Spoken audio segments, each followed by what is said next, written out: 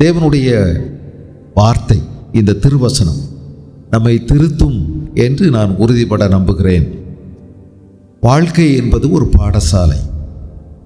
நம்முடைய வாழ்க்கைக்கு, இந்த பாடசாலைக்கு பாட புத்தகம் ஆண்டவர் நமக்கு கொடுத்திருக்கக்கூடிய இந்த வேத புத்தகம்தான். பரிசுத்த ஆவியானவர் தான் நம்முடைய தலைமை ஆசிரியர். வாழ்க்கையில் நாம் சந்திக்கக்கூடிய சோதனைகளும் பிரச்சனைகளும் தான் நமக்கு வரக்கூடிய பரீட்சைகள். நம்முடைய தகுதி ஆண்டவராகிய இயேசு கிறிஸ்துவினால் உண்டாகுகிறது. கர்த்தரால் புகழப்படுகிறவன் தான் உத்தமன், மனுஷரால் புகழப்படுகிறவன் அல்ல. ஆக இந்த வேத வசனத்தை நாம் கற்றுக்கொள்ள நமக்கு இயேசுவின் சாயலில் நாம் வளருவதற்கு, அவரை போல நாம் மாறுவதற்கு, நம்முடைய சுபாவங்கள் மாற்றப்படுவதற்கு இந்த சபை ஆராதனை மிகவும் பிரயோஜனமாக இருக்கிறது. ஆகவே தான் ஆண்டவர் நமக்கு சபை ஐக்கியத்தை ஏற்படுத்தி இருக்கிறார்.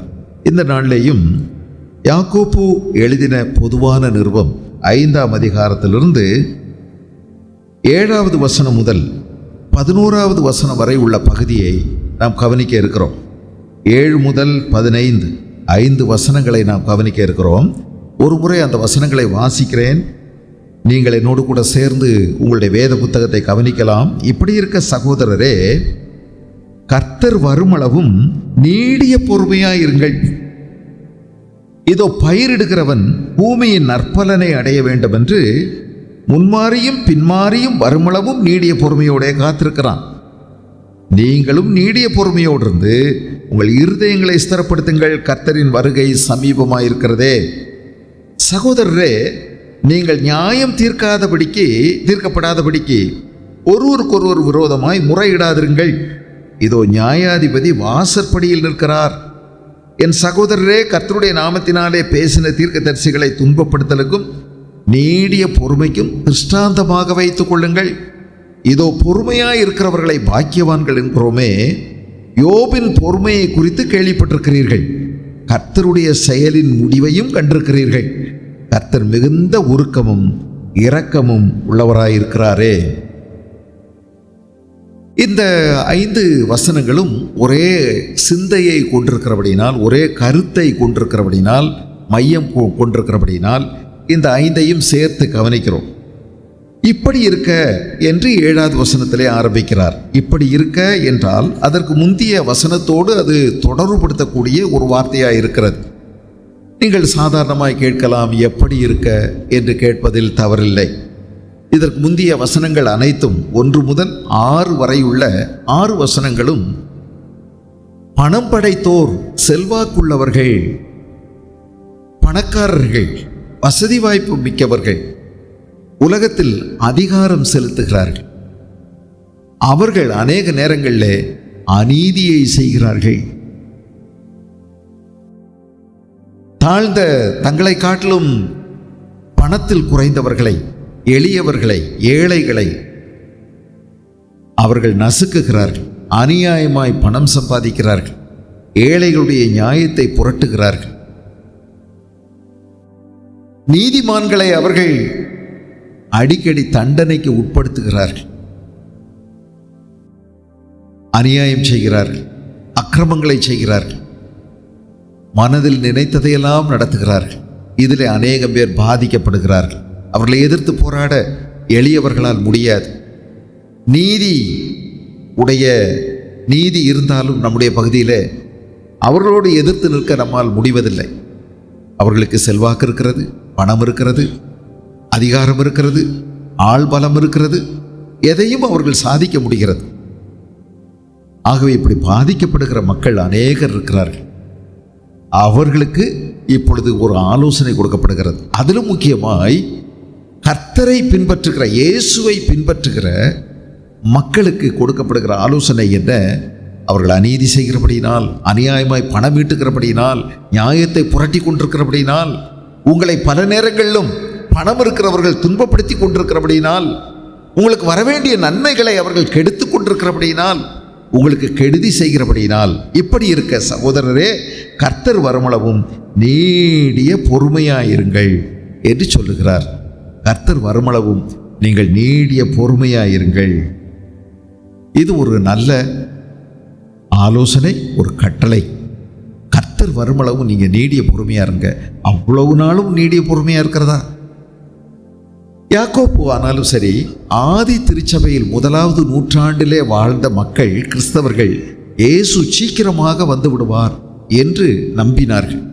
The imminent return of Christ, உடனடியாக இயேசு சீக்கிரத்திலே வந்து விடுவார் என்று அவர்கள் எதிர்பார்த்தார்கள்.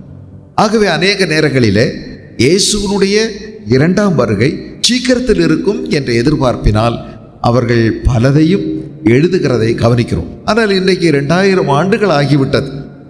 இயேசு சீக்கிரம் வரப்போகிறார் என்று நாம் சொல்லிக் கொள்ளுகிறோம். அதுதான் உண்மை. ஆண்டவர் வருவதற்கு தாமதம் செய்கிறார் என்று சிலர் நினைக்கிறார்கள். அவர் உண்மையிலே தாம் வருவதற்காக தாமதிக்காமல் அநேகர் மனம் திரும்ப வேண்டும் என்று அவர் நீடிய பொறுமையோடு அதனால் தாமதிக்கிறார். ஆனால் இயேசு வரப்போகிறார். புதிய ஏற்பாட்டிலே 30 வசனங்களுக்கு ஒரு முறையாகிலும் இயேசுவினுடைய இரகசிய வருகை, 2ஆம் வருகையை குறித்து சொல்லிக்கொண்டே வருகிறது. ஆகவே நாம் கவனமாய் கவனிக்க வேண்டிய மிக முக்கியமான ஒன்று இயேசுவினுடைய 2வது வருகை. ஆக ஒரு எதிர்பார்ப்போடு நீங்கள் காத்து கொண்டிருங்கள், பொறுமையாயிருங்கள் என்று சொல்லுகிறார். With the anticipation of Christ's return, be patient. With the anticipation of Christ's return, இயேசுவுடைய வருகை வெகு சீக்கிரமாக இருக்கிறபடினால் நீங்க பொறுமையோடு கூட இருங்கள். பொறுமையா இருக்கிறதுனா என்ன? சாந்த குணத்துக்கும் பொறுமைக்கும் வித்தியாசம் இருக்கிறது. சாந்தம் என்பது வேறு, பொறுமை என்பது வேறு. Sadhana? meekness is different, little different from patience. என்ன அது? லாங் சஃபரிங்ஸ் அப்படின்னு சொல்றோம். அப்படின்னா என்ன? நீடிய பொறுமை. சூழ்நிலைகளில் நாம் அமைதி காப்பது அல்லது ஆண்டவருக்கு காத்திருப்பதுக்கு பெயர் பொறுமை. மனிதர்களோடு நாம் அமைதி காப்பது அல்லது ஆண்டவர் செயல்பட அனுமதிப்பதற்கு பெயர் சாந்த குணம். சாந்த குணம் என்பது என்னுடைய வல்லமை, என்னுடைய அதிகாரம், என்னுடைய உணர்வுகள் எல்லாவற்றையும் பரிசுத்த ஆவியானவருடைய கட்டுப்பாட்டுக்குள் கொடுத்து அவர் செயல்படுவதற்காக நான் காத்திருப்பது. இந்த பொறுமை என்பது எனக்கு ஏற்படுகிற சூழ்நிலைகள், விரோதங்கள், எதிர்ப்புகள், பொறாமைகள், எனக்கு விரோதமாய் மக்கள் வெளிப்படுத்தும் கசப்புகள், எனக்கு தீங்கு செய்பவர்கள், எனக்கு எதிராக எழும்புகிறவர்கள், இவர்கள் நடுவில் நான் அந்த சூழ்நிலைகளில் பொறுமையாக இருப்பது.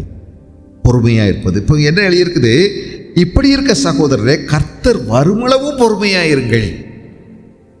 அப்படியானா அதுக்கு ஒரு எல்லை எங்கே இருக்குது பாருங்க. பொறுமைக்கு எல்லை கர்த்தர் வரட்டும், அது வரைக்கும் நீங்கள் பொறுமையாக இருங்க. பொறுமையாக இருப்பது என்றால் ஆண்டவர் செயல்படுவதற்காக நீங்கள் வாய்ப்பு கொடுங்கள். கர்த்தருக்கு நீங்கள் காத்திருங்கள். கர்த்தருடைய சித்தம் செய்ய நீங்கள் பொறுத்திருங்கள். நீங்களாக செயல்பட்டு விடாதீர்கள். எதற்கு ஒரு உதாரணம் என்ன சொல்றாரு? பயிரிடுகிறவன் பூமியின் நற்பலனை அடைய வேண்டும் என்று முன்மாறியும் பின்மாறியும் வருமளவும் நீடிய பொறுமையோடே காத்திருக்கிறான். நீங்களும் நீடிய பொறுமையோடு இருந்து உங்கள் இருதயங்களை ஸ்திரப்படுத்துங்கள். கர்த்தரின் வருகை சமீபமாக இருக்கிறதே. ரொம்ப நாள் ஆகாது, அவர் சீக்கிரம் வரப்போகிறார். உதாரணமாக நீங்கள் ஒரு விவசாயி எடுத்துக்கிடுங்க. விவசாயம் செய்கிறவங்க முன்மாறி பின்மாறி என்று ரெண்டையும் எதிர்பார்த்து செய்கிறாங்க. ஒரு முன்மாறி பெய்யும் போது என்ன நடக்குது? நல்ல அந்த பூ பூக்க ஆரம்பிக்குது, கனி காய்க்க ஆரம்பிக்குது, ஒருவேளை கதிர்கள் உருவாகி அதில் நல்ல பால் பிடிக்க ஆரம்பிச்சிருது, நல்ல மணிகள் உருவாகிறது. இதெல்லாம் அந்த நேரத்தில் பெய்யக்கூடிய மழை மிகுந்த உபயோகமாக இருக்கிறது. இதுக்காக ஒரு விவசாயி காத்திருக்கிறான். நல்ல மழை பெய்யுதுன்னா நட்டு கொஞ்ச நாள் கழித்து நல்ல பூ பிடிக்கும் போது, நல்ல காய் பிடிக்கிற நேரத்தில், நல்ல காய் திரட்சி ஆவதற்கு அல்லது கதிர்கள் பால் பிடிக்கிறதுக்கு ஏற்றாற் போல ஒரு நல்ல மழை. இதை முன்மாறின்னு சொல்கிறாங்க. ஒரு பின்மாறி என்று ஒன்று இருக்கிறது. அது எப்போ? அறுவடைக்கு முன்பு ஒரு நல்ல மழை பெய்யுமானால் பின்மாறி மழை இது நல்ல அறுவடையை இன்னும் விருத்தியாக்கி கொடுக்குது. அப்போ இந்த ரெண்டுக்காகவும் காத்திருக்கிறாங்க விவசாயி, முன்மாறி பின்மாறி. அதே போல நீங்களும் காத்திருங்கள். எப்போ? ஆண்டவருடைய வருகை வரைக்கும் காத்திருங்க. ஆண்டவருடைய வருகைக்காக காத்திருங்க. அவருடைய வருகை தான் அந்த பின்மாறி அறுவடை நடக்க போகுது. அதனால சீக்கிரமா இயேசு கிறிஸ்து அறுவடையின் எஜமான். அவர் தம்முடைய வேலையாட்களை அனுப்பி அறுவடைகளை செய்வார். நீங்க காத்திருங்க. அது வரைக்கும் நீங்க என்ன செய்யணும்? உங்க இருதயங்களை ஸ்திரப்படுத்தி கொண்டிருங்கள் என்று சொல்லுகிறார். உங்கள் இருதயங்களை ஸ்திரப்படுத்துங்கள். காரணம், அவர் தான் நியாயாதிபதி, அவர் தான் நியாயம் தீர்க்க போகிறவர், அவர் செய்வார். வேத புஸ்தகத்தில் சில வார்த்தைகள் எழுதப்பட்டிருக்கிறது. ரோமர் 12:19 பிரியமானவர்களே, பழி வாங்குதல் எனக்குரியது, நானே பதில் செய்வேன் என்று கர்த்தர் சொல்லுகிறார் என்று எழுதியிருக்கிறபடியினால் நீங்கள் பழி வாங்காமல் கோபாக்கினைக்கு இடம் கொடுங்கள். நீங்க பொறுமையோடு இருங்கன்னு சொல்லியிருக்குதே. காரணம் என்ன? பழி வாங்கல் கர்த்தருடையது. உங்களுக்கு அநீதி இழைக்கப்படும் போது, உங்கள் மீது மக்கள் வன்கண்ணாலும் பொறாமையினாலும் செயல்படும் போது, உங்களுடைய நன்மை தூஷிக்கப்படும் போது, உங்களுக்கு வரவேண்டிய நன்மைகள் தடைப்படும் போது, கெடுக்கப்படும் போது, உங்களுடைய முன்னேற்றத்தை முட்டுக்கட்டையாக சிலர் நிற்கும் போது, உங்களுடைய நன்மைகளை நற்பெயரை தூஷிக்கும் போது, உங்கள் மீது எரிச்சலோடு கோபத்தோடு உங்கள் மீது பலவிதமான தீமைகளை உங்களுக்கு எதிராக நீங்கள் மற்றவர்கள் செய்யும் போது நீங்கள் என்ன செய்ய வேண்டும்? நீங்கள் பழி வாங்க துடிக்க வேண்டாம். உடனடியாக நீங்கள் ஆள் சேர்க்கவோ அல்லது நீங்கள் பஞ்சாயத்து கூட்டவோ, உங்களைப் போல சிந்திக்கக்கூடிய ஒரு கூட்டத்தை கூட்டி அவர்களுக்கு எதிராகவோ நீங்கள் செயல்பட முயற்சிக்க வேண்டாம். பழி வாங்குதல் கர்த்தருடையது, நானே பதில் செய்வேன் என்று கர்த்தர் சொல்லியிருக்கிறபடினால் நீங்கள் பழி வாங்காமல் ஆண்டவருடைய செயலுக்கு விட்டுவிடுங்கள். ஆண்டவர் செயல்படுவார். ஆண்டவர் நீங்கள் நினைப்பது போல உடனே செயல்பட மாட்டார். காரணம், அவருக்கு அந்த உங்களுக்கு எதிராக செயல்படுறாங்கல்ல, அவங்களுக்கும் அவர் தகப்பனாக இருக்கிறார். அவங்களும் அவருடைய பிள்ளைகள் தான். அதனால அவர் பெத்த பிள்ளைகளை உடனே கொன்று போட வேண்டும் என்று அவர் நினைப்பதில்லை. அவர்கள் மீது பொறுமையாக இருக்கிறார். அவர்களுக்கும் மனம் திரும்புவதற்கு, மாற்றிக்கொள்வதற்கு சந்தர்ப்பங்களை கொடுக்கிறார். தீங்குக்கு மனஸ்தாபப்படுகிற ஆண்டவர் அவர்கள் மீது இரக்கமுள்ளவராக இருக்கிறார். ஆக நீங்கள் சொல்லுவீங்க, தடாலடியாக நீங்கள் ஒருவேளை உடனே ஆண்டவர் நடவடிக்கை எடுக்கணும்னு நீங்கள் எதிர்பார்ப்பீங்க. அப்படியெல்லாம் நீங்கள் வார்த்தை சொல்லிடுவீங்க. நீங்கள் வாயில் சில நேரங்களில் தூஷணமான வார்த்தை சொல்லுவீங்க, சாபமான வார்த்தைகள் அவங்க மேலே போட்டுருவீங்க. அப்படி இருக்க மாட்டீங்க, இப்படி இருக்க மாட்டீங்க, இப்படி நடத்துகிறோம், அப்படி நடத்துகிறோன்னு பயமெல்லாம் உறுத்துவீங்க. அப்படி செய்யக்கூடாது. என்ன எழுதப்பட்டிருக்கிற? ஒரு சத்துரு பசியாக இருந்தால் அவனுக்கு போஜனம் கொடு, அவன் தாகமாக இருந்தால் அவனுக்கு பானம் கொடு. நீ இப்படி செய்வதனால் அக்கினி தழலை அவன் தலையின் மேல் குவிப்பாய். அப்படின்னா என்ன? உன்னுடைய அன்பின் செயல்கள் அவனுடைய தலையில சூடு உண்டாக்கும், யோசிக்க வைக்கும், அவனை அது சிந்திக்க வைக்கும். நான் இவங்களுக்கு இவ்வளவு தீமை செஞ்சோம், அவங்க ஏன் எனக்கு நன்மை செய்கிறாங்க, அவங்க ஏன் என் மேல அன்பு காமிக்கிறாங்க என்பதை யோசிக்க வைக்கும். அந்த அக்கினி, அந்த அன்பின் தழல் அவர்களை சிந்திக்க வைக்கும். ஆகவே நீ தீமையினால் வெல்லப்படாமல் தீமையை நன்மையினால் வெல்லு. தீமை செய்தவர்க்கு தீமை செய் என்று உலகம் சொல்லுகிறது. சிலர் ஒருவேளை சொல்லலாம், தீமை செய்தவர்க்கு தீமை செய்யாதே, பதில் தீமை செய்யாதே என்று சொல்லலாம். ஆனால் இயேசு சொல்லுகிறார், தீமை செய்தவர்களுக்கு நீ நன்மை செய். நீ தீமையினால் வெல்லப்படாமல், நீ தீமைக்கு தீமை செஞ்சு அதனால நீ ஜெயிச்சிட்டேன்னு நினைக்கக்கூடாது. அது தோல்வி. தீமையை நன்மையினால் வெல்லு என்று இயேசு சொல்லுகிறார். ஆகவே உங்களுடைய இருதயங்களை ஸ்திரப்படுத்துங்கள், உங்களுடைய இருதயத்தை சீர்படுத்துங்கள், உங்களுடைய உள்ளத்தை செம்மைப்படுத்துங்கள், உங்களுடைய மனநிலையை வேத வசனத்தினால் மாற்றுங்கள். கர்த்தருடைய ஆவியானவர் உங்களை சீர்திருத்துவதற்கு ஒப்புக்கொடுங்கள். இயேசுவின் சாயலை வெளிப்படுத்துங்கள். இயேசு எல்லாருக்கும் நன்மை செய்கிறார். அவரை தூஷித்தவர்களுக்கும், அவரை வைத்தவர்களுக்கும், அவரை அடித்தவர்களுக்கும், அவருடைய தாடி முடியை பிடித்து இழுத்தவர்களுக்கும், அவருடைய கண்ணை கட்டி தலையிலே குட்டினவர்களுக்கும், அவருடைய தலையிலே முள்ளை வைத்து அடித்து அவரை இம்சைப்படுத்தினவர்களுக்கும், அவரை கொண்டு போய் அவருடைய வஸ்திரங்களை எல்லாம் உரித்து விட்டு அவரை அடித்து கொடூரமாய் அவரை சித்திரவதை செய்தவர்களையும் இயேசு மன்னித்தார், அவர்களையும் நேசித்தார். இயேசுவை காட்டி கொடுத்தான் பாருங்கள். அது மிகப்பெரிய துரோகம். 3.5 ஆண்டு இயேசுவோடு கூட இருந்து அவனுக்கு நம்பி பணப்பொறுப்பை கொடுத்திருந்தார். அவன்தான் இயேசுவை முத்தத்தினால் காட்டி கொடுத்தான். அவனையும் இயேசு நேசித்தார், கடைசி வரையும் அவனை நேசித்தார். பாருங்கள், நம்முடைய இருதயங்களை நம்ம ஸ்திரப்படுத்துவது எப்படி?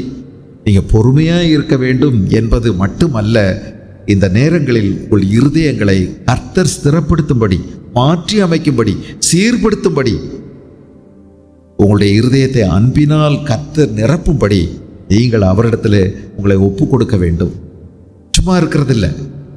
அப்போ நமக்கு அநீதி செய்கிறாங்க, அக்கிரமம் செய்கிறாங்க, அநியாயம் செய்கிறாங்க, நமக்கு விரோதமாக செயல்படுறாங்க, நம்ம சொல்லாததை சொன்னதா சொல்கிறாங்க, நம்ம செய்யாததை செய்ததா சொல்கிறாங்க. இது போன்ற சமயங்கள் எல்லாம் நடக்கும்போது நீங்கள் என்ன செய்ய வேண்டும்? ஒரு இருதயங்களை சீர்படுத்துங்கள். வேத வாக்கியத்தில் பல இடங்களில் இந்த வார்த்தைகள் அருமையாய் சொல்லப்பட்டிருக்கிறது. இருதயங்களை சீர்படுத்தி பாருங்கள், சீர்படுத்துங்கள். ஆண்டவர் உங்களை பொறுமைக்கு நேராய் நடத்துவார். வேதவசனம் சொல்லுகிறது, இந்த பொறுமை வேத வசனத்தினால் வருகின்ற ஒரு பொறுமை என்று வருகிறது. வேத வசனத்தினால் நமக்கு பொறுமை உண்டாகிறது. 1 தெசலோனிக்கேயர் 3:2 இந்த உபத்திரவங்களினாலே ஒருவனும் அசைக்கப்படாதபடிக்கு உங்களை திடப்படுத்தவும், உங்கள் விசுவாசத்தை பற்றி உங்களுக்கு புத்தி சொல்லவும் நம்முடைய சகோதரனும் தேவ ஊழியக்காரனும் கிறிஸ்துவின் சுவிசேஷத்தில் எங்கள் உடன் வேலையாளுமாகிய தீமோத்தேயுவை அனுப்பினோம், உங்களை திடப்படுத்துவதற்கு. பாருங்க, உங்கள் உபத்திரவங்களிலே ஒருவனும் அசையாதபடிக்கு உங்களை திடப்படுத்துவதற்கு. நம்முடைய இருதயங்கள் அசைக்கப்படாதபடிக்கு நம்முடைய இருதயங்கள் ஸ்திரப்படுத்தப்பட வேண்டும். அப்போது நீங்கள் உங்களுடைய இருதயங்களை ஸ்திரமாக காத்துக்கொள்ளணும். உங்களுடைய இருதயங்களை ஸ்திரப்படுத்துங்கள். எதுக்கு? இந்த உபத்திரவங்களினால் நீங்கள் அசைக்கப்படக்கூடாது. உங்களுக்கு விரோதமாக பலரும் செய்யும்போது, பலரும் உங்களுக்கு சூழ்ச்சிகள் செய்யும்போது, உங்களுக்கு விரோதமாய் பேசும்போது, உங்களுக்கு விரோதமாய் நடக்கும்போது, உங்களுக்கு விரோதமாய் புயல் அடிக்கும் போது, கொந்தளிப்புகள் ஏற்படும் போது, மனிதர்கள் உங்களுக்கு எதிராக எழும்பும் போது நீங்கள் அசைக்கப்படக்கூடாது. உங்களுடைய இருதயங்களில் ஸ்திரப்பட வேண்டும், உறுதியாக இருக்க வேண்டும். இதற்கு வேத வசனத்தினால் உங்களுக்கு ஆலோசனைகள் அளிக்கப்படுகிறது. அதே 1 தெசலோனிக்கேயர் 3:13 வசனத்தை பாருங்க. இவ்விதமாய் நம்முடைய கர்த்தராகிய இயேசு கிறிஸ்து நமது பரிசுத்தவான்கள் அனைவரோடும் கூட வரும்போது நீங்கள் நம்முடைய பிதாவாகிய தேவனுக்கு முன்பாக பிழையற்ற பரிசுத்தமுள்ளவர்களாயிருக்கும்படி உங்கள் இருதயங்களை ஸ்திரப்படுத்துவாராக. நீங்கள் பிழையற்றவர்களாயிருக்கும்படி. அப்போ நாம் அவங்க பேசின மாதிரி நம்ம பேசிட்டா, அவங்க நடந்துக்கிட்ட மாதிரி நம்ம நடந்துக்கிட்டா, உடனே நம்ம போலீஸ் ஸ்டேஷன் போனால், உடனே நம்ம வக்கீல் நோட்டீஸ் விட்டா, உடனே நாமளும் கூட்டம் சேர்ந்து அவங்களுக்கு விரோதமாக செயல்பட்டா, நம்முடைய இருதயத்தில் பிழைகள் ஏற்பட்டு போய்விடும். நாம் கரைப்பட்டு போய்விடுவோம். நம்முடைய செயல்கள் இயேசுவினுடைய குணாதிசயத்தை வெளிப்படுத்தாது. இயேசுவை பிரதிபலிக்கிறவர்களாக நாம் இருக்க மாட்டோம். ஆகவே நம்முடைய இருதயங்களை ஸ்திரப்படுத்த வேண்டும். என்ன? பிழையற்றவர்களாக இருக்கும்படிக்கு என்று சொல்லுகிறார். 1 பேதுரு நமக்கு அறிமுகமான ஒரு வசனம், 5ஆம் அதிகாரத்தில் 10வது வசனம் உங்களுக்கு அறிமுகமான வசனம் தானே. கிறிஸ்து இயேசுவுக்குள் நம்மை நித்திய மகிமைக்கு அழைத்தவராயிருக்கிற சகல கிருபையும் பொருந்திய தேவன் தாமே கொஞ்ச காலம் பாட அனுபவிக்கிற உங்களுடைய இருதயங்களை சீர்படுத்தி, ஸ்திரப்படுத்தி, பலப்படுத்தி நிலைநிறுத்துவாராக. நம்முடைய இருதயங்கள் ஸ்திரப்பட வேண்டும், நாம் சீர்படுத்தப்பட வேண்டும், நாம் பலப்படுத்தப்பட வேண்டும், நம்முடைய இருதயங்கள் ஸ்திரப்பட வேண்டும். ஆக இவைகளை நீங்கள் நினைவிலே கொள்ள வேண்டும். இயேசு கிறிஸ்து வரப்போகிறார். ஆகவே அதுவரைக்கும் பொறுமையாக இருங்கள். இதற்கு நடுவிலே நீங்கள் உங்கள் இருதயங்களை ஸ்திரப்படுத்திக் கொள்ளுங்கள் என்று யாக்கோப்பு சொல்லுகிறார். நீங்கள் நீடிய பொறுமையோடு இருந்து உங்கள் இருதயங்களை ஸ்திரப்படுத்துங்கள். உங்கள் இருதயங்களில் தேவனுடைய சாயல் உருவாகட்டும். இருதயங்களை ஸ்திரப்படுத்துங்கள் என்று எழுதுகிறார். தேவனுடைய வருகை சீக்கிரமாயிருக்கிறது, கர்த்தரின் வருகை சமீபமாயிருக்கிறது. 1 கொரிந்தியர் 15வது அதிகாரத்தில் 1 கொரிந்தியர் 15வது அதிகாரம் இயேசு கிறிஸ்துவினுடைய வருகையை பற்றி 23வது வசனம் என்ன சொல்லுகிறது என்று பாருங்கள். 1 கொரிந்தியர் 15:23. அவனவன் தன் வரிசையிலே உயிர்ப்பிக்கப்படுவான். முதற் பலனானவர் கிறிஸ்து, பின்பு அவர் வருகையில் அவர்களுடையவர்கள் உயிர்ப்பிக்கப்படுவார்கள். இயேசு கிறிஸ்து வரப்போகிறார். நீங்கள் 1 தெசலோனிக்கேயரில் வச்சுருந்தீங்க. அந்த 1 தெசலோனிக்கேயரில் ஒவ்வொரு அதிகாரத்தினுடைய கடைசியிலையும் பாருங்கள், இயேசு கிறிஸ்துனுடைய வருகையை பற்றி எழுதப்பட்டிருக்கிறது. 1வது அதிகாரம் 10வது வசனம், அவர் மரித்தோரிலிருந்து எழுப்பினவரும் இனி வரும் கோபாக்கனே நின்று நம்மை நீங்களாக்கி ரட்சிக்கிறவருமாயிருக்கிற அவருடைய குமாரனாகிய இயேசு பரலோகத்திலிருந்து வருவதை நீங்கள் எதிர்பார்த்து கொண்டிருக்கிறதையும் அறிவிக்கிறார்களே.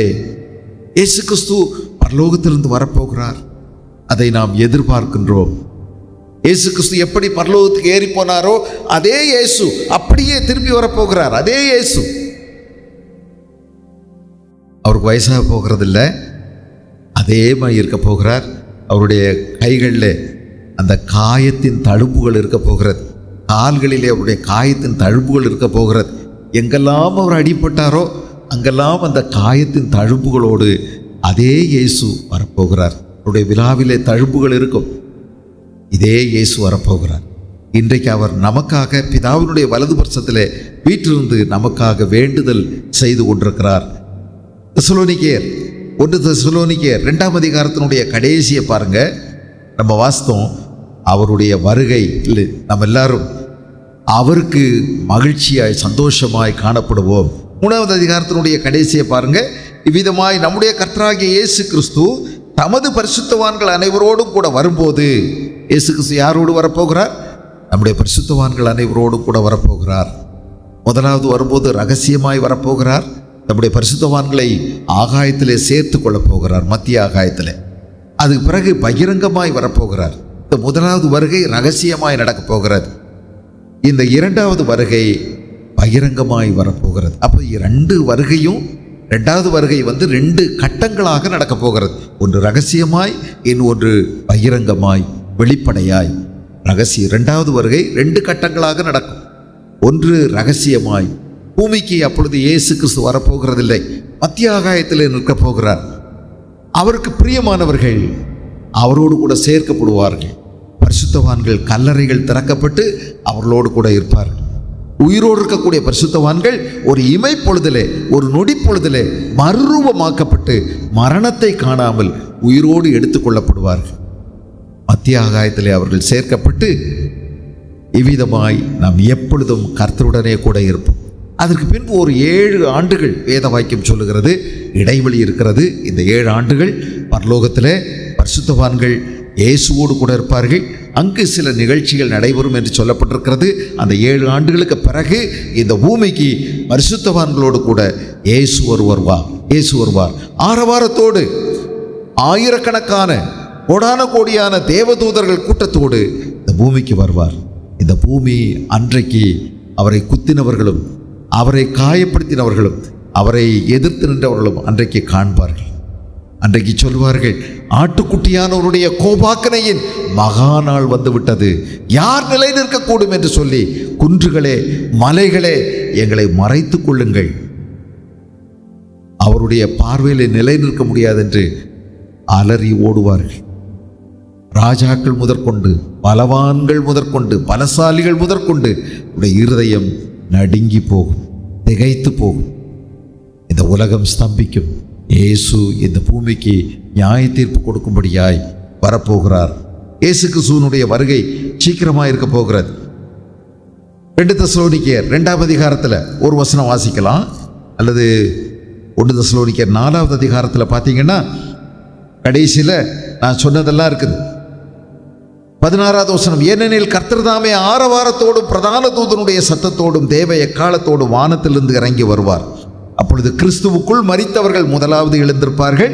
பின்பு உயிரோடு இருக்கும் நாமும் கர்த்தருக்கு எதிர்கொண்டு போக மேகங்கள் மேல் அவர்களோடு கூட ஆகாயத்தில் எடுத்துக்கொள்ளப்பட்டு இவ்விதமாய் எப்பொழுதும் கர்த்தருடனே கூட இருப்போம் என்று எழுதப்பட்டிருக்கிறது. 2 தெசலோனிக்கேயர் 2ஆம் அதிகாரத்திலே 1வது வசனம் 8வது வசனம். அன்றியும் சகோதரரே, நம்முடைய கர்த்தராகிய இயேசு கிறிஸ்துவின் வருகையையும் நாம் அவரிடத்தில் சேர்க்கப்படுவதையும் குறித்து நாங்கள் உங்களுக்கு வேண்டிக் கொள்ளுகிறது என்னவென்றால், இது எப்போ நடைபெறும்? எழுதப்பட்டிருக்கிறது, அக்கிரமத்தின் ரகசியம் இப்பொழுதே கிரியை செய்கிறது, ஆனாலும் தடை செய்கிறவன் நடுவிலிருந்து நீக்கப்படும் முன்னே அது வெளிப்படாது. நீக்கப்படும் போது அந்த அக்கிரமக்காரன் வெளிப்படுவான். அவனை கர்த்தர் தம்முடைய வாயின் சுவாசத்தினாலே அழித்து தம்முடைய வருகையின் பிரசன்னத்தினாலே நாசம் பண்ணுவார் என்று எழுதப்பட்டிருக்கிறது. ஆகவே இயேசு கிறிஸ்துவுடைய வருகை மிக மிக சீக்கிரம். அருமையான தேவனுடைய பிள்ளைகளே, அவருடைய வருகைக்கு நாம் எதிர்பார்த்து காத்திருக்க வேண்டும். நீங்கள் என்ன கண்ணோட்டத்தில் இருக்கணும்? அவர் வரப்போகிறார். அவர் எனக்காய் யுத்தம் செய்வார். அவர் எனக்காய் வாதாடுவார். அவர் எனக்காய் வழக்காடுவார். அவர் எனக்கு நீதி செய்வார். ஆகவே நான் அவரிடம் விட்டு விடுகிறேன். நம்பிக்கையோடு கூட எதிர்பார்ப்போடு கூட நீங்கள் காத்திருங்கள்.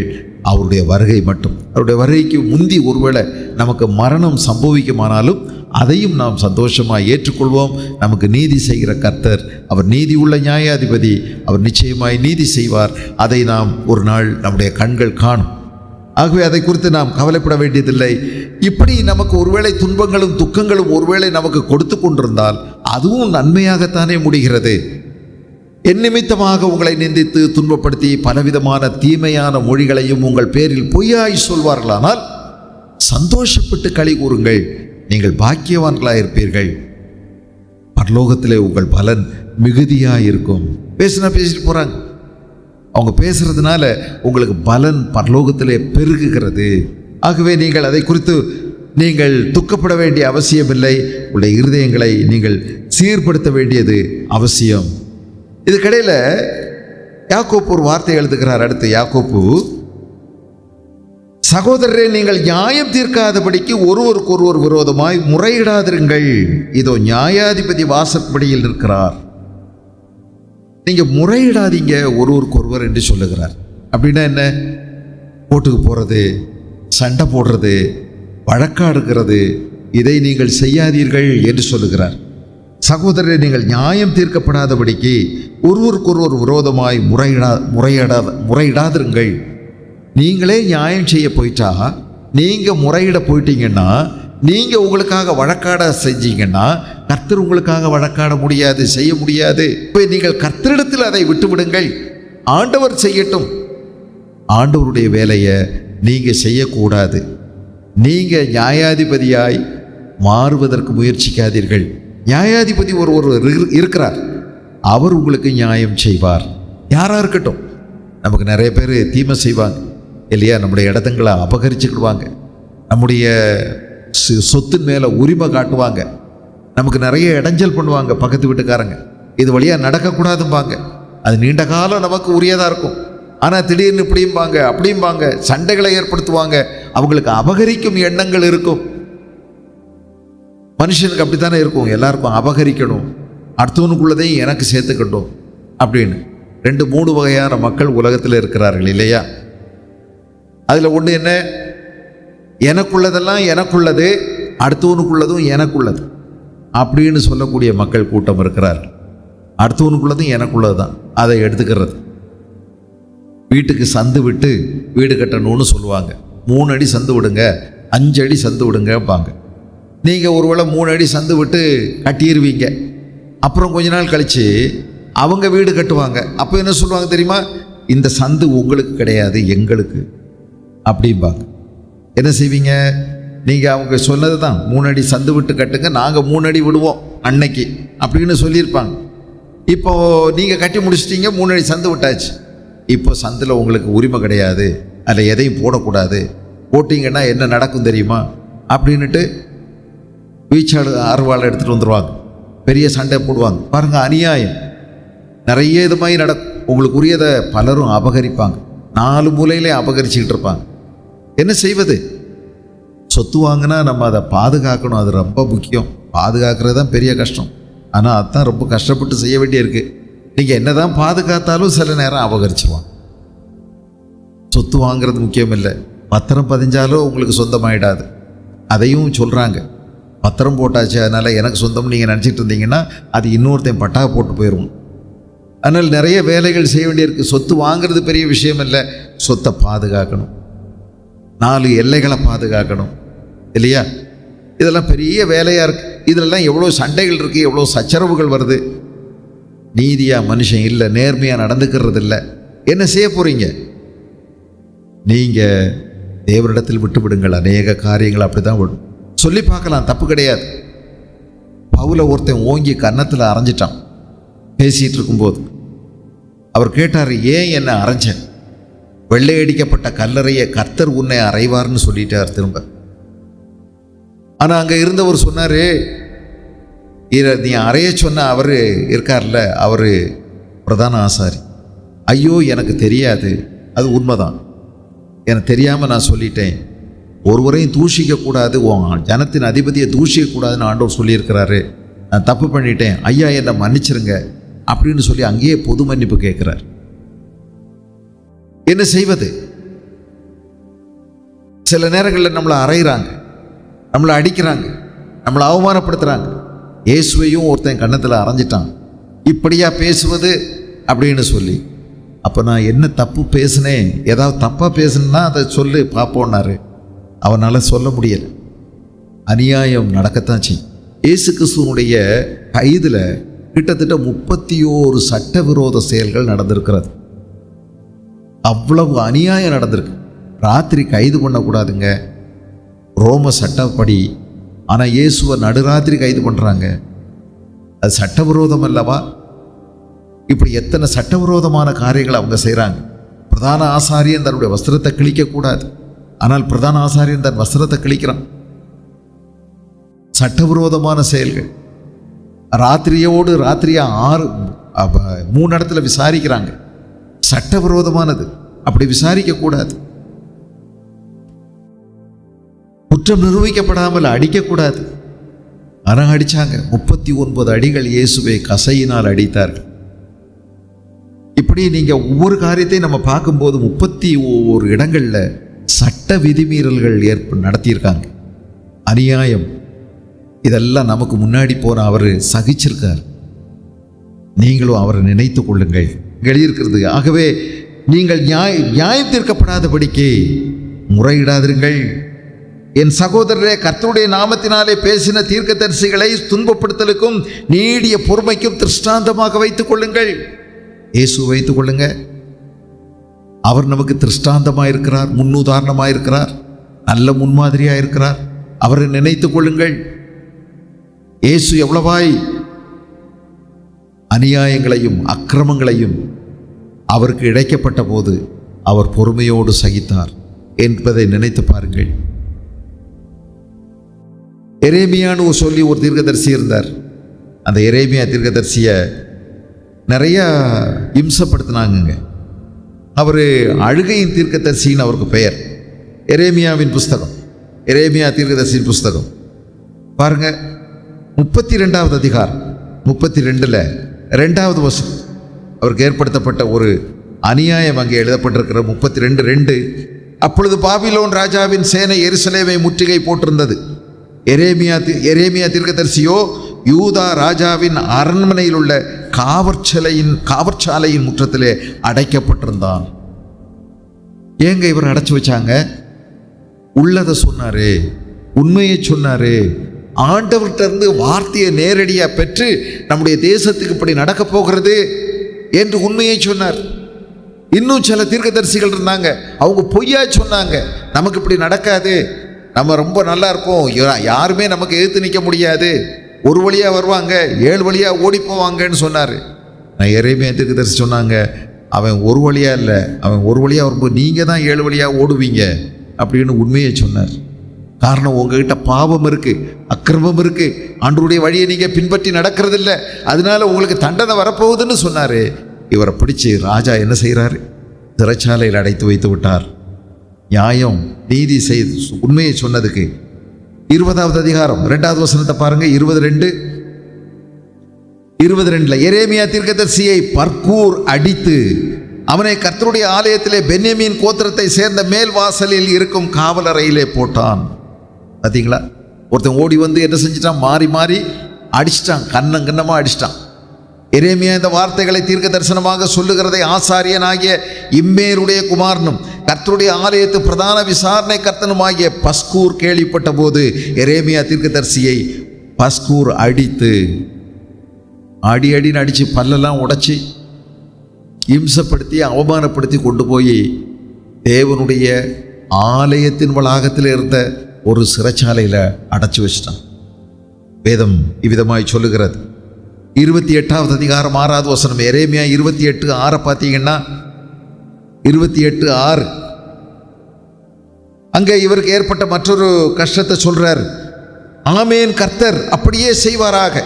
கர்த்தருடைய ஆலயத்தின் பணிமுட்டுகளையும் சிறைப்பட்டு போன அனைவரையும் பாபிலோனிலிருந்து திரும்பி வர பண்ணுவார் என்று நீ தீர்க்கதரிசனமாக சொன்ன உன் வார்த்தைகளை கர்த்தர் நிறைவேற்றுவாராக.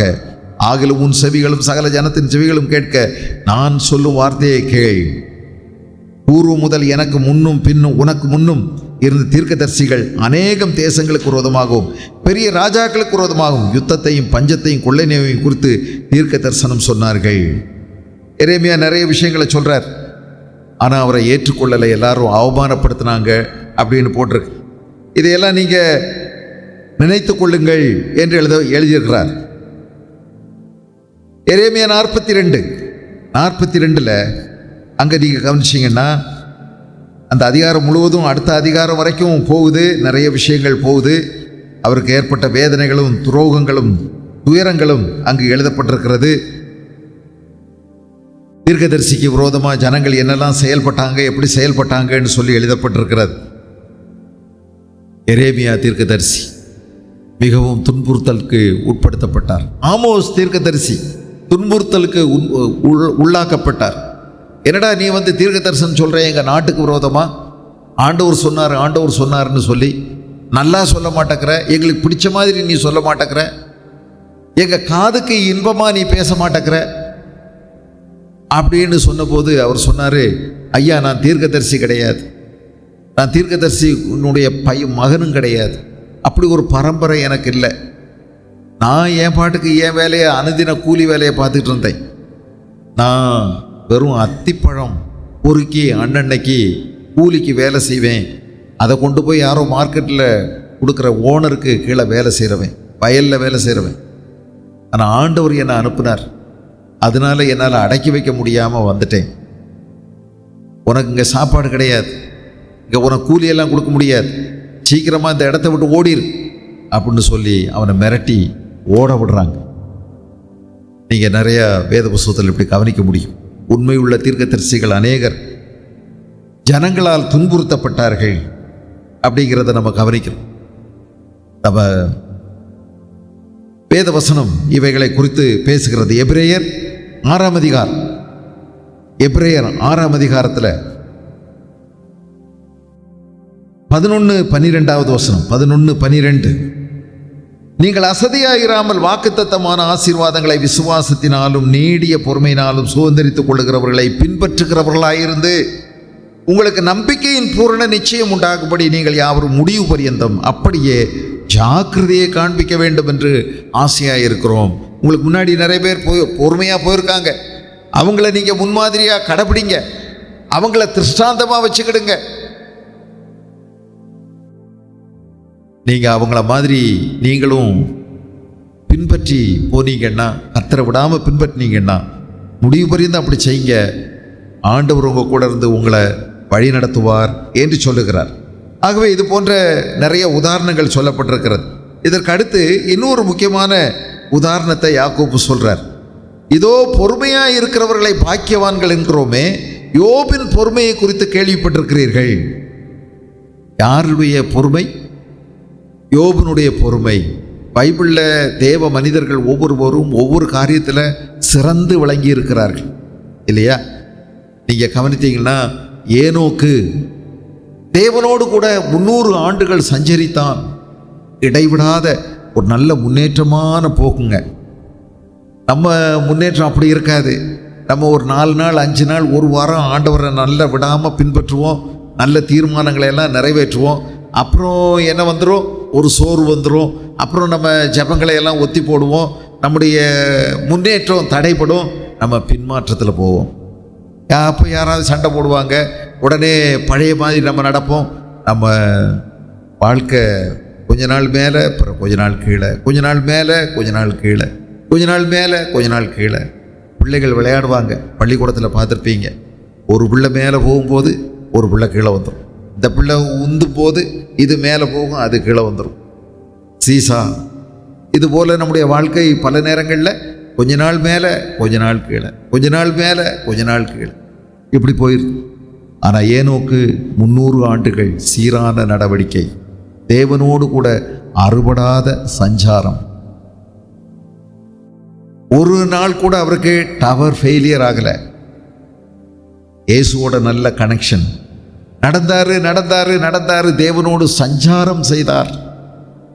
உறவில் பிரச்சனையே வரலங்க, அப்படி பார்த்துக்கிட்டாரு. ஒரு நாள் நடந்து பரலோகத்தின் பக்கத்தில் போயிட்டாரு. வீட்டுக்கு திரும்பி வர்றதுக்கு ரொம்ப தூரம், அப்படியே போயிட்டார். அவர் மரணத்தை காணாமல் எடுத்துக்கொள்ளப்பட்டான். வீட்டில் எல்லாரும் தேடி இருப்பாங்க.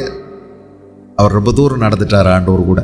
திரும்பி வர்றதுக்கு இனி வீடு தான் தூரம், பரலோகம் பக்கமாயிற்று, அப்படியே போயிட்டார். He was translated into glory. ஆண்டவரோடு கூட மகிமையில் சேர்ந்தார். மரணமே இல்லை அவருக்கு. பார்த்தீங்களா? ஆபிரகாமை குறித்து நீங்கள் கவனிச்சிங்கன்னா, ஆபிரகாம் எத்தனையோ காரியங்களில் அவர் தேவனுக்கு சிநேகிதன் என்று அழைக்கப்பட்டாலும் விசுவாசத்தில் அவன் வல்லவனாயிருந்தான் என்று எழுதப்பட்டிருக்கிறது. அவர் பட்டம் பெற்றார். எதில்? விசுவாசத்தில் பட்டம் பெற்றார். விசுவாசம்னா வெறும் நம்புறது இல்லைங்க. ஏப்பா, விசுவாசம்ங்கிறது என்னன்னா, தேவனுக்கு தன்னை முழுவதுமாக எப்போதும் ஒப்பு கொடுப்பதும், தேவன் பேரில் எப்பொழுதும் நம்பிக்கையாக இருப்பதும், தேவன் சொல்றதுக்கு எல்லாவற்றுக்கும் கீழ்ப்படிவதும், அதுதான் விசுவாசம். விசுவாசம் இருந்தால் தான் இதெல்லாம் நடக்கும். தேவனுக்கு அப்படி கீழ்ப்படிஞ்சார். உன் மகனை எனக்கு பலியா செலுத்து என்று சொன்னபோது அப்போ கூட ஆண்டவர்கிட்ட அவர் எதிர்த்து பேசவில்லை. என்ன ஆண்டவரே, நீங்கள் ஒரு நாள் நரபலியை விரும்பவே மாட்டீங்களே, அப்படி இருக்கும்போது எப்படி இதை என்கிட்ட கேட்குறீங்க? இது உங்களுக்கும் உங்கள் பேச்சுக்கும் உங்கள் செயல்பாடுகளுக்கும் ஏதோ முரண்பாடாக தெரியுதே, முன்னுப்புன்னு நீங்கள் சரியில்லையே, முந்தி மாதிரி இல்லையே, அப்படியெல்லாம் கேட்கலையே. ஆண்டவர் சொன்னது ஆண்டவர் என்று அவருக்கு தெரிகிறது. அவர் ஒன்றுமே பேசாமல் கீழ்ப்படுகிறார். அவருக்கு ஒரே ஒரு விசுவாசம். இந்த பையனை கொடுத்தவர் அவர். அவர் என்கிட்ட திரும்பி கேட்குறாரு, நான் கட்டாயம் அவருக்கு கொடுத்துருவேன். அவர் மேல் நான் அன்பு வச்சுருக்கேன். அவர் மேல் நான் விசுவாசமாக இருக்கிறேன். அவர் எனக்கு திரும்ப அந்த சாம்பல்லேருந்து நிச்சயமாக இவனை திரும்ப கொடுப்பாரு. நான் இவனை பலி செலுத்திடுவேன். ஆனால் அந்த சாம்பல்லேருந்து ஒரு ஈசாக்கை எனக்கு அவரால் கொடுக்க முடியும் என்று அவன் விசுவாசித்தான். காரணம், சரீரம் செத்து போன பிறகு சாராளுடைய சகலமும், தன்னுடைய சரீரம் முழுவதும் பலனற்ற பிறகு ஆண்டவர் 100 வயதில் இந்த குழந்தையை கொடுத்தார். அவரால் இந்த சாம்பல்ல இருந்து ஒண்ணுமில்லாமல் இருந்து அவரால் உருவாக்க முடியாதா என்ன? அப்படி ஒரு விசுவாசம். அவன் விசுவாசத்தில் பட்டம் பெற்றான்.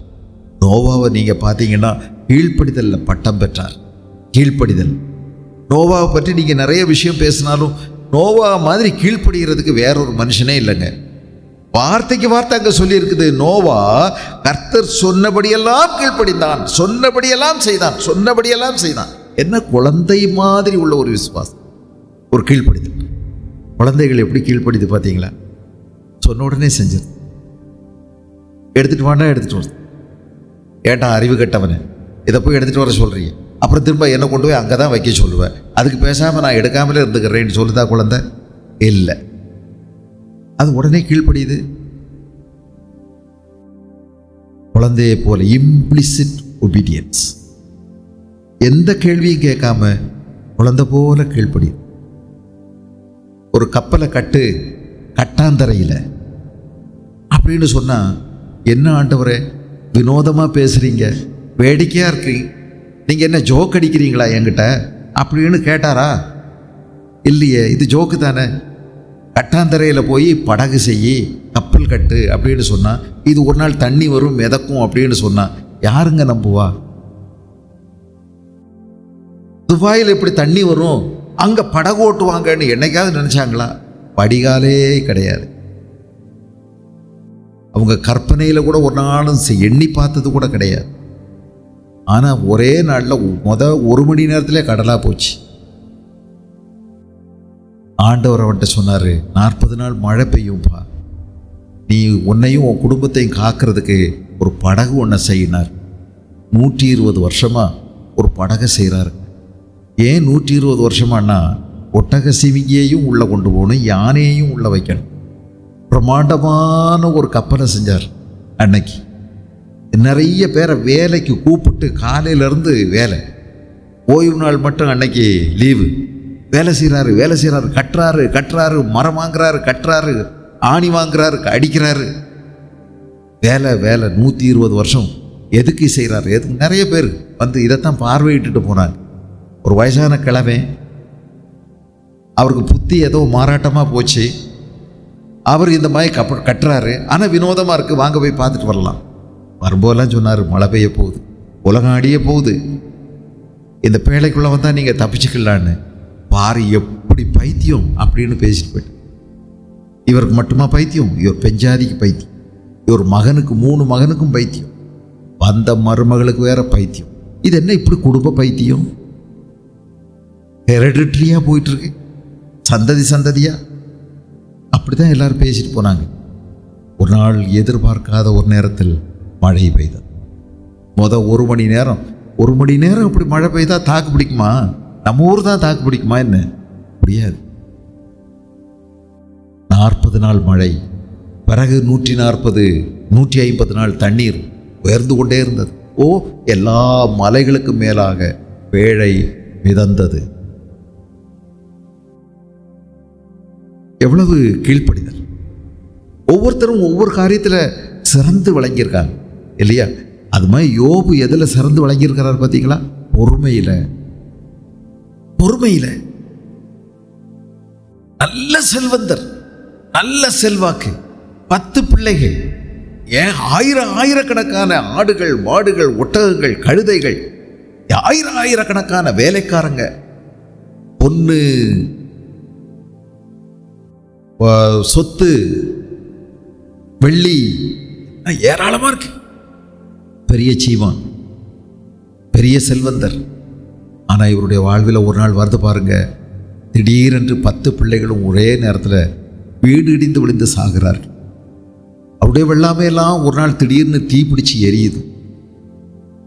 எல்லாரும் ஓடி வந்து சொல்றாங்க, எஜமா இப்படி ஆயிடுச்சு. இந்த மனுஷன் அழுகிறான். ஆனால் எப்படி அழுறான் தெரியுமா? நம்பிக்கையோடு அழுறான், பொறுமையோடு அழுறான். ஆண்டவர் கொடுத்தார், ஆண்டவர் எடுத்துக்கொண்டார், ஆண்டவருடைய நாமத்துக்கு ஸ்தோத்திரம் என்று சொல்லி அவன் நம்பிக்கையோடு அழுகிறான், பொறுமையோடு அழுகிறான். இதெல்லாம் முடிஞ்சு கொஞ்சம் ஆறுதல் அடைகிறது கூட வழி இல்லாமல் இருக்கிற கொஞ்சம் நாளில் அவனுடைய உடம்பெல்லாம் புண்ணு வந்து, சிறங்கு வந்து, சொரிஞ்சு அரிப்படுத்து, அதை தாங்க முடியாத அரிப்பு. பெஞ்சாதிக்கு கூட பார்த்து சகிக்க முடியாமல் வந்து சொல்லலையா, என் மனுஷா, நீ செத்து தொலைஞ்சா பரவாயில்லையே, உன்னை பார்க்க சகிக்கலை, எதுக்கு நீ இந்த ஆண்டவரை இன்னும் பின்பற்ற? 4 கேள்வி அவரை அண்ணன் மூடிட்டு கேட்டுட்டு ஜீவனை விடு. அப்பொழுது அவர் சொல்லுகிறார், நீ பைத்தியக்காரி பேசுகிற மாதிரி பேசுகிற. எத்தனையோ நன்மைகளை நம்ம தேவனிடத்திலிருந்து பெற்றிருக்கிறோமே, சில தீமைகளை பெறக்கூடாதா என்று சொல்லுகிறார். வேதனைகள் எத்தனை மாதம், எத்தனையோ மாதங்கள், தூக்கமில்லாத இரவுகள், தூங்கணும்னு ஆசை. எப்போ இரவு வரும்னு ஆசைப்படுவார். இரவு வரும்போது தூக்கம் வராது. எப்போ விடியும் என்று காத்திருப்பார். விடிஞ்சிட்டா பரவாயில்லையே, எவ்வளோ நேரம் உருண்டு படுக்கிறது, தாங்க முடியலையே வேதனை. ஆண்டவரே என்னால் தாங்க முடியலையே. பகலில் சிலர் வருவாங்க, ஆறுதல் சொல்கிறதுக்கு, பார்த்துட்டு போகிறதுக்கு. அவங்க போட்டு ஊசியில் குத்துன மாதிரி, கத்தியை வச்சு குத்துன மாதிரி குத்துவாங்க. ஏதோ நீ தப்பு பண்ணி இருக்கிற, அதனால தான் உனக்கு ஏற்பட்டிருக்கு. எங்கேயோ ரகசியமாக பாவம் பண்ணி இருக்கிற மாப்பிள்ள, அதனால தாங்க வந்திருக்குது. ஆண்டவர் நல்லவர், இப்படி யாரையுமே கஷ்டப்படுத்த மாட்டார். அப்போ நீ கஷ்டப்படுறன்னா அதுக்கு காரணமே யார் தான்? நீ தான். நீ என்னமோ பண்ணியிருக்க, யாருக்கும் வெளியே தெரியலை. ஏதோ எத்தனையோ பேரை நீயும் சாகடிச்சிருக்க, என்னமோ ரகசியமாக நீ ஸ்லோ பாய்சன் கொடுத்து கொண்டிருப்ப. அதனால தான் ஆண்டவர் பார்த்தாரு, இப்போ உனக்கு போட்டு மாட்டுறாரு, நீ சிக்கிக்கிட்ட.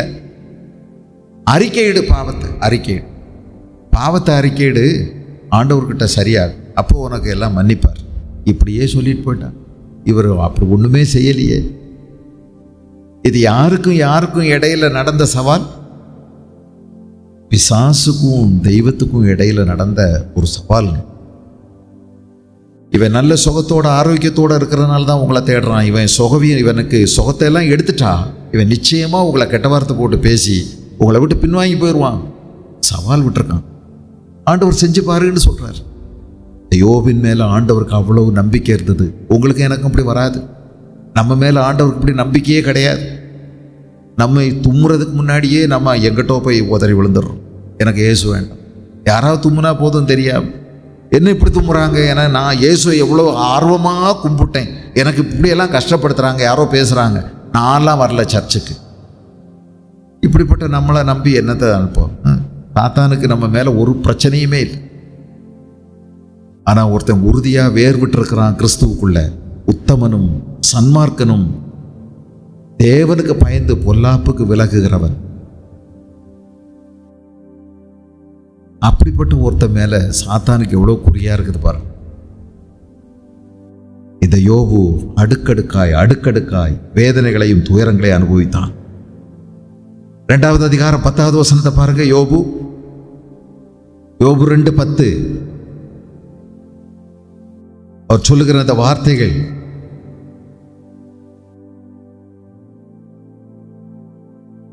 அதற்கு அவன், நீ பைத்தியக்காரி பேசுகிறது போல பேசுகிறாய், தேவன் கையிலே நன்மையை பெற்ற நாம் தீமையை பெற வேண்டாமோ என்றான். இவைகள் எல்லாவற்றிலேயும் யோபு தன் உதடுகளினால் பாவம் செய்யவில்லை.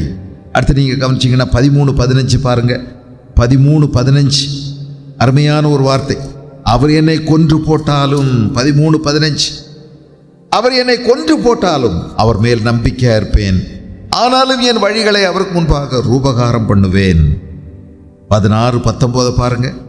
16:19, இப்போதும் இதோ என் சாட்சி பரலோகத்தில் இருக்கிறது, எனக்கு சாட்சி பகருகிறவர் உன்னதங்களில் இருக்கிறார். நிறைய பேர் வந்து சொல்றாங்க, நீ அப்படி பண்ணியிருப்ப, இப்படி பண்ணியிருப்ப, நீ சின்ன பையனா இருக்கும்போது நீ அப்படி பண்ணியிருப்ப, ஏதோ ரகசியமா நீ நிறைய பாவம் பண்ணியிருப்ப, அக்கிரமம் பண்ணியிருப்ப, அதனால தான் உனக்கு வந்திருக்குதுன்னு. அப்போ அவர் சொல்றாரு, எனக்கு சாட்சிங்கிறது நீங்க அல்ல, என் மனசாட்சியை விட இன்னொருவர் இருக்கிறாரு, தேவன். இப்போதும் இதோ என் சாட்சி பரலோகத்தில் இருக்கிறது, எனக்கு சாட்சி பகர்கிறவர் உன்னதங்களில் இருக்கிறார் என்று சொல்லுகிறார். கண்ணீரோடு அதை சொல்லுகிறார். 19வது அதிகாரம் 25வது வசனத்தை பார்த்தீங்கன்னா 19:25, என் மீட்பர் உயிரோடு இருக்கிறார், அவர் கடைசி நாளில் பூமியின் மேல் நிற்பார் என்றும் நான் அறிவேன். இந்த என் தோல் முதலானவைகள் அழுகி போன பின்பு நான் என் மாம்சத்திலிருந்து தேவனை பார்ப்பேன், அவரை நானே பார்ப்பேன், அந்நிய கண்கள் அல்ல, என் கண்களே அவரை காணும். இந்த வாஞ்சையால் என் உள்ளிந்திரியங்கள் எனக்குள் சோர்ந்து போகிறது என்று சொல்லுகிறார். பாருங்க என்ன அழகா சொல்றார். என்ன நடந்த போதும் அவர் அந்த பொறுமையை காத்து கொள்ளுகிறதை நாம் கவனிக்கிறோம். பொறுமை இங்கே எழுதப்பட்டிருக்கிறது. நீங்க இந்த பொறுமையை பார்க்குறீங்க, யோபனுடைய பொறுமையை பார்க்குறீங்க, கர்த்தருடைய தயவையும் நீங்கள் கண்டிருக்கிறீங்க. கடைசியில் என்ன செய்தார் ஆண்டவர்? வேதத்தில் எழுதப்பட்டிருக்கிறது, யோபின் பொறுமையை குறித்து கேள்விப்பட்டிருக்கிறீர்கள், கர்த்தருடைய செயலின் முடிவு என்ன? ஆண்டவர் ரெட்டிப்பான ஆசீர்வாதத்தை யோபுக்கு அருளினார். ரெட்டிப்பான ஆசீர்வாதம். அவருக்கு 10 பிள்ளைகள் திரும்ப ஆண்டவர் கொடுத்தார். அவருடைய வாழ்வை இளமையைப் போல தேவன் மாற்றினார். அவர்கள் இழந்து போன எல்லாவற்றையும் 2 மடங்காய் ஆண்டவர் அவர்களுக்கு கொடுத்து ஆசீர்வதித்தார். ஆண்டவர் எவ்வளவு தயவுள்ளவர், ஆண்டவர் எவ்வளவு இரக்கம் உள்ளவர்.